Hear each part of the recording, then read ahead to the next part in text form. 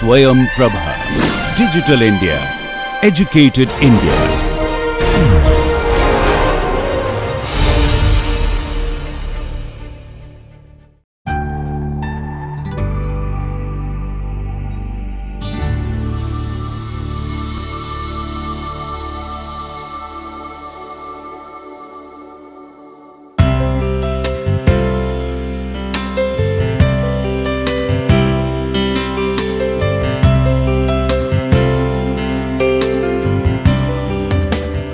Welcome.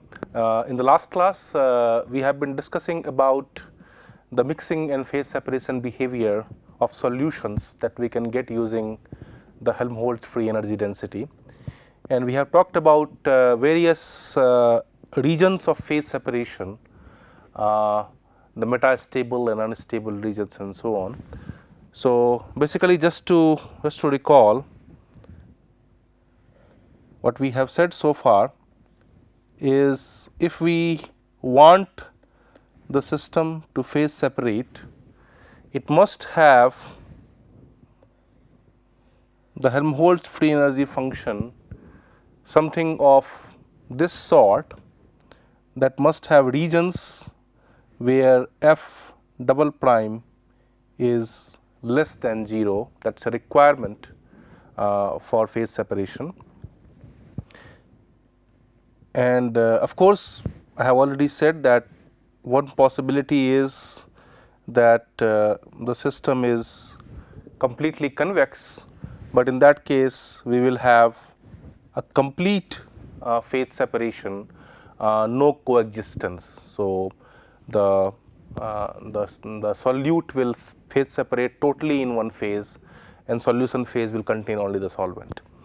If I want to have some sort of a coexistence of solute in the two phases, the free energy curve should look something like this. And in that curve, I noted that there are two inflection points, and if I want to know the phase coexistence, I should draw a common tangent that will tell me these points will correspond to the concentrations at equilibrium when the two phases coexist. And then we can separate the regions before this red dot on the curve and between the red dots. And I said that this particular region, that is in between these 2 points, are known as the unstable region.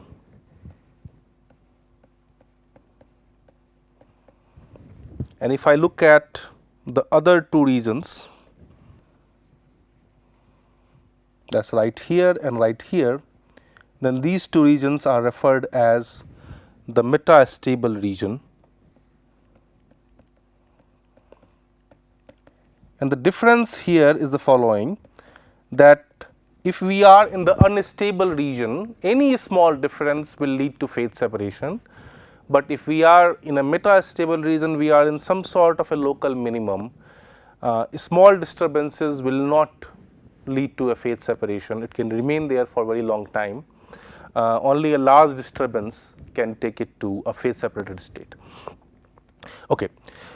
So, now we can also talk about something referred as a critical point, and the idea is something like this. Since the function f is also a function of temperature, and in so forth, we have not really discussed the role of temperature, but temperature plays a very important role. If I look at the temperature versus composition phase diagram,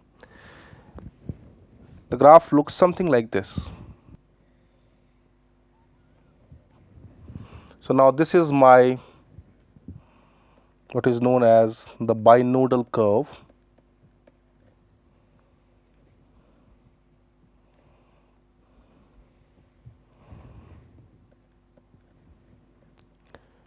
This is known as the spinodal curve, that essentially correspond to the inflection point,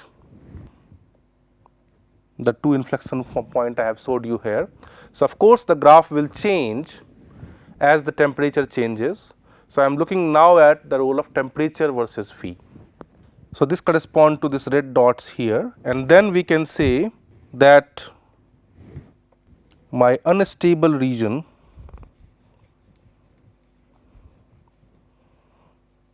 is here on the plot below the spinodal,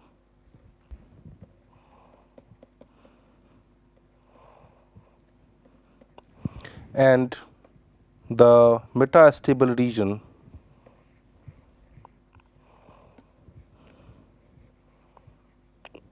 are between the spinodal line and the binodal line. So, this is unstable and this is metastable, and this again is metastable.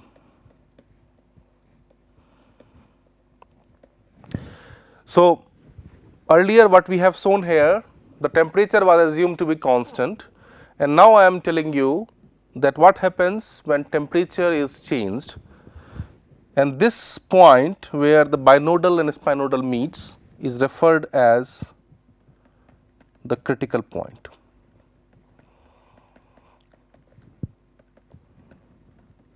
And referred as Tc. I can also define a critical composition phi c, and the idea here is that if T is higher than Tc, then there will be no phase separation,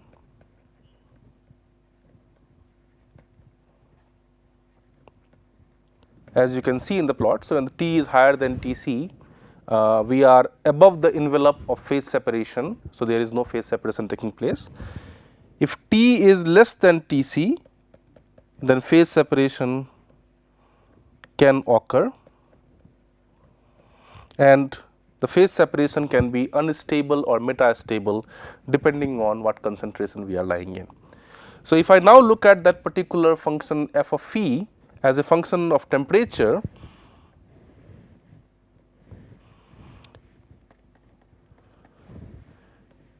this graph should also change to reflect the fact that there is no phase separation for T higher than Tc, and we know the behavior when there is no phase separation. When there is no phase separation, then my graph should look like that, because that corresponds to f double prime higher than 0, that is no phase separation. This should happen for T higher than Tc.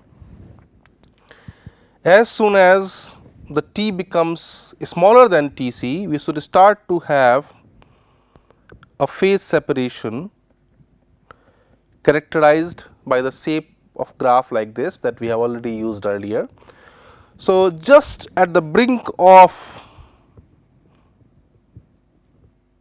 the critical point, you can imagine that there is one point where inflection has begun to start.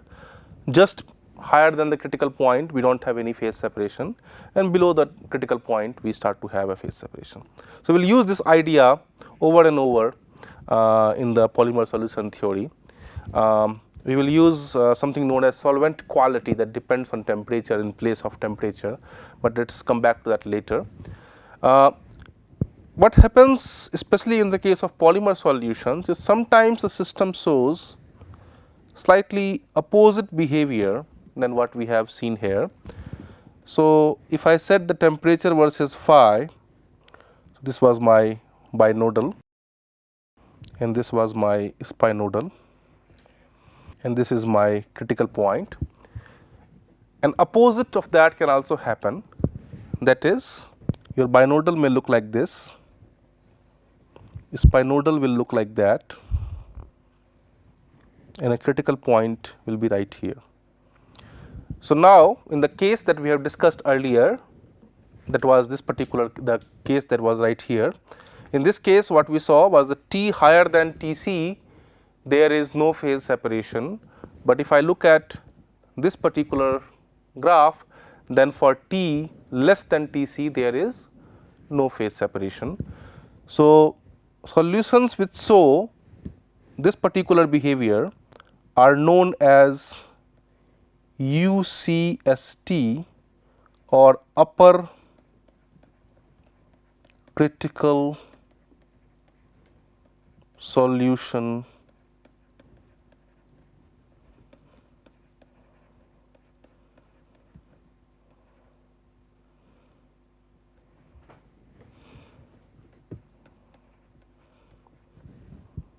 temperature, and things which show this behavior are known as LCST or lower critical solution temperature. Okay. So, there are two kinds of behavior that we can have in temperature versus composition space. You can either have a UCST behavior or a LCST behavior. Accordingly, the metastable and unstable regions will also change. So, in this case, here is we have the metastable and a metastable region.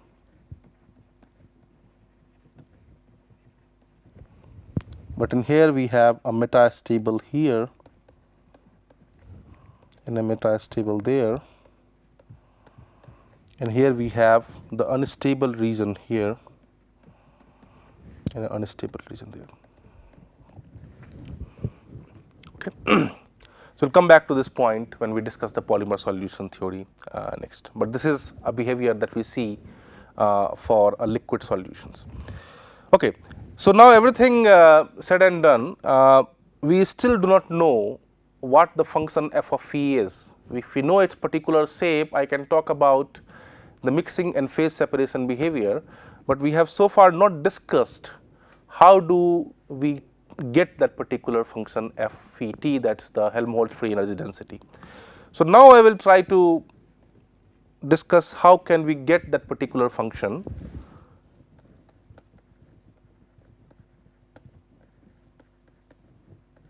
Again, we will derive it for a liquid solution that is containing a binary system of a solute and a solvent, and then we will extend the idea to a polymer solution, and then once we have done that, then we can talk about the mixing and phase behavior of polymer solutions.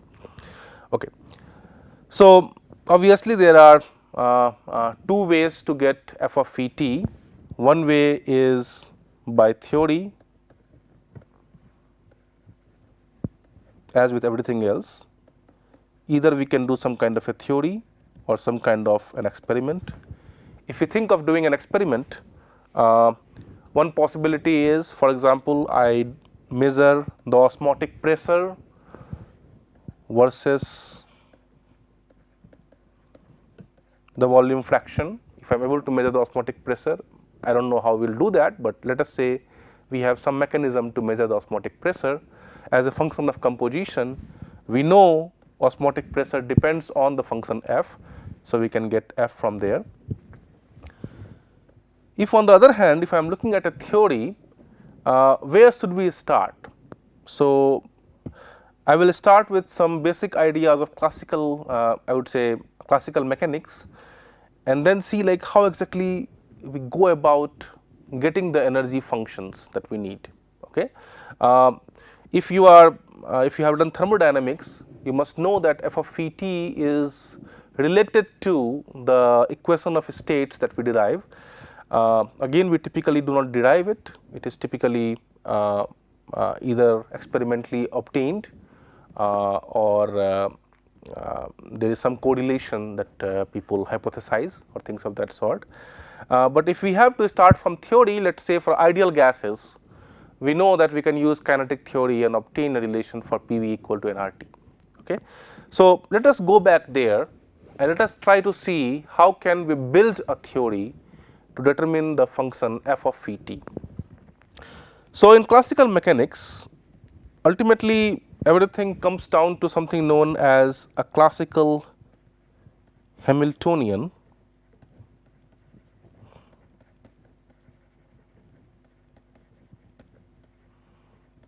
In fact, the same idea also apply in quantum mechanics, except that the Hamiltonian there is an operator as opposed to a function expression here. So, the Hamiltonian is defined in terms of the positions of constituent particles and their momentum. So, for any system that contains some collection of atoms, if I want to find the energy of the system, I should start with the classical Hamiltonian. That will depend, of course, on the position of particles and momentum of particles. Again, these curly brackets indicate that this is for all the particles in the system, let us say R1, R2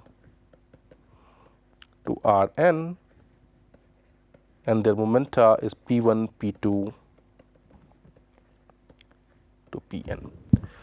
So, this Ri and Pi is referred as the phase space of particles. Okay. Now, as we know from classical mechanics, this would be composed of two terms, a kinetic energy term and a potential energy term. So, kinetic energy term I can write as half mv square for every particle added up, or in terms of momentum I can write pi square by 2 mi, since pi is equal to mi vi, you can see why it is equal to half mv square anyway. This is my kinetic energy, and then you will have a potential energy, which in this case will be dependent on the positions of particles. Why is that? Because ultimately where this energy, the energy comes from?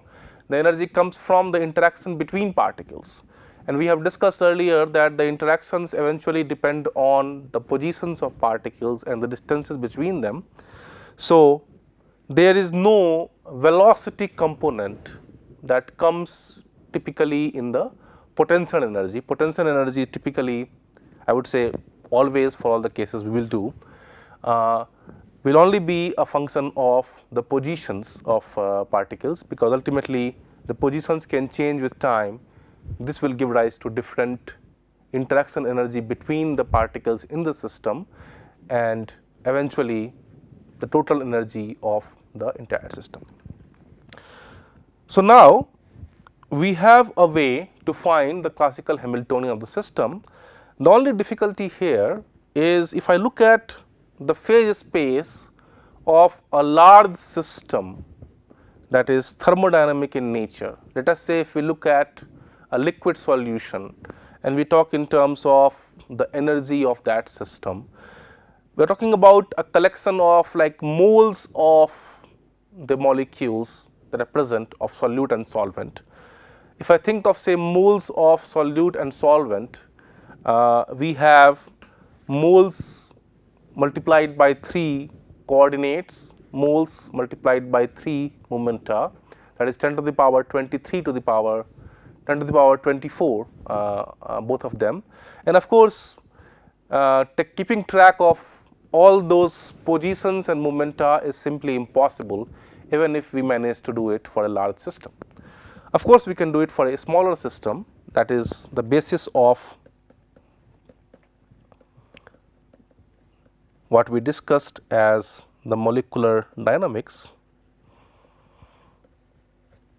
But for large systems, it does not really make sense of talking about the positions and momentum of particles, because even if we are able to compute that by some means, it is very difficult to make sense of those positions and momentum and try to relate the energies to those quantities. Okay. So, what typically people do in most of classical mechanics or classical physics is we make some sort of toy models, and what the toy models do is they decrease the phase space of the part of the system. That is to say that in reality the system will be having, I would say, 100,000 different coordinates, 100,000 different momenta. If I make a toy model, I will decrease by an order of say 1000 or 10,000, so that I will work with say 10 positions and 10 momenta, things of that sort, something that is more tractable and something that allows us to make some sort of a theory based on that. Okay? So, the basic scheme is something like this. So, how do we get f of phi t?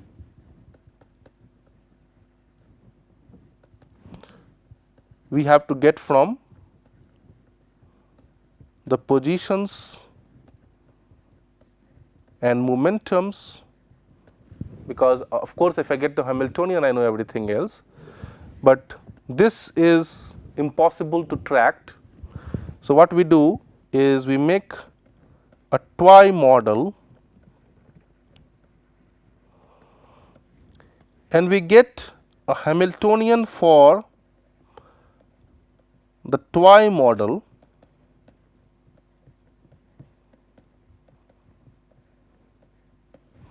and using that we can get f of phi t.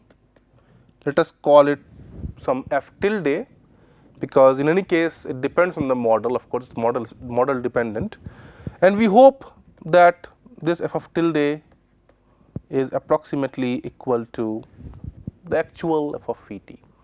Okay? So, this is the typical scheme that is being followed. If you think of like toy models, how do they work? We have already demonstrated the whole idea of random walks, thinking of polymer chains as walk of a drunkard left and right, was a toy model, and it was able to give us scaling laws.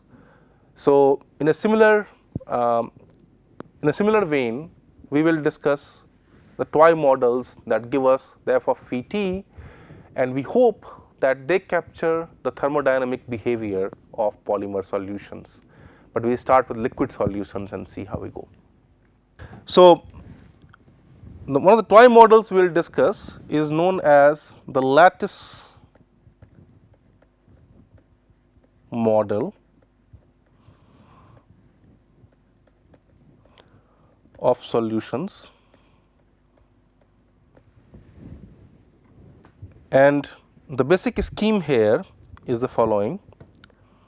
So, instead of assuming that the solute and solvent particles, so let us say again the solute particle is represented by P and solvent by S. So, of course, in a real system the solute and solvent particles can move anywhere, and they will have very large numbers of positions and momentums or the phase space. To reduce the phase space, what we assume is these molecules move on a lattice.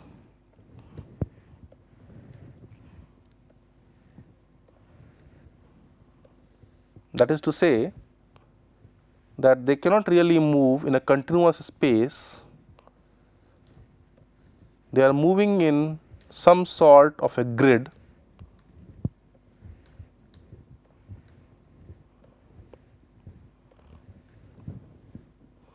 and let me represent the solute molecules by a red color and solvent molecules by a blue color. So, you can have these cells of the lattice occupied by the solvent molecules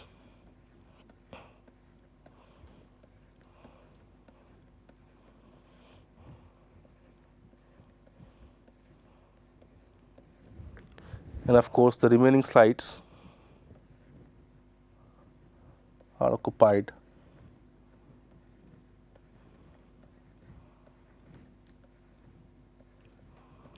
by the solvent molecules. So, again we can talk in terms of say some NP solute molecules and NS solvent molecules,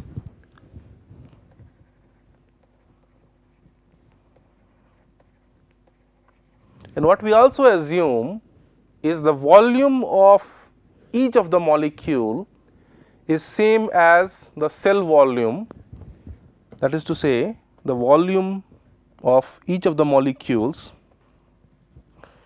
is same as the volume of the cell. Let us call this Vc. So, Vc is equal to solute volume and is equal to solvent mole.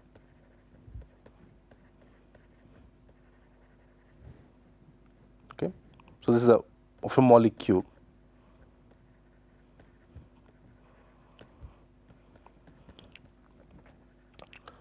So, of course, this is clearly not true for the actual system because solute and solvent can differ in size, but let us see like at least at a qualitative level whether this model is able to provide some understanding or not.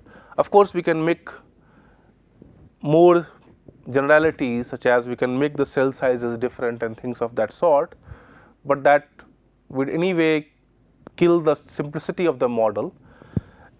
And any hope to go towards a very large phase space is, I think, futile because the number of molecules are anyway large. So, given its weaknesses, given the simplicity that is of course telling us that this cannot be true, we will see how this model is still very successful in giving the phase behavior in giving the function f of phi t and the phase behavior, since we have already discussed that if we have the function f, we can predict the phase behavior. So, now in this particular model, I can define the volume fraction. In this case anyway, the volumes of solute and solvents are the same. So, I can define the solute volume fraction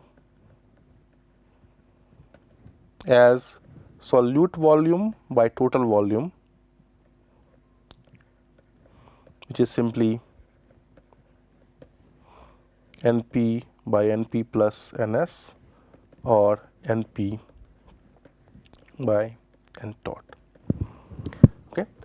So, in the next class, using this particular description, we will go on to find out the expression for the Helmholtz free energy density of the polymer of the solutions, and then we will extend the idea to a polymer solution and other polymeric systems. With that, I conclude. Thank you.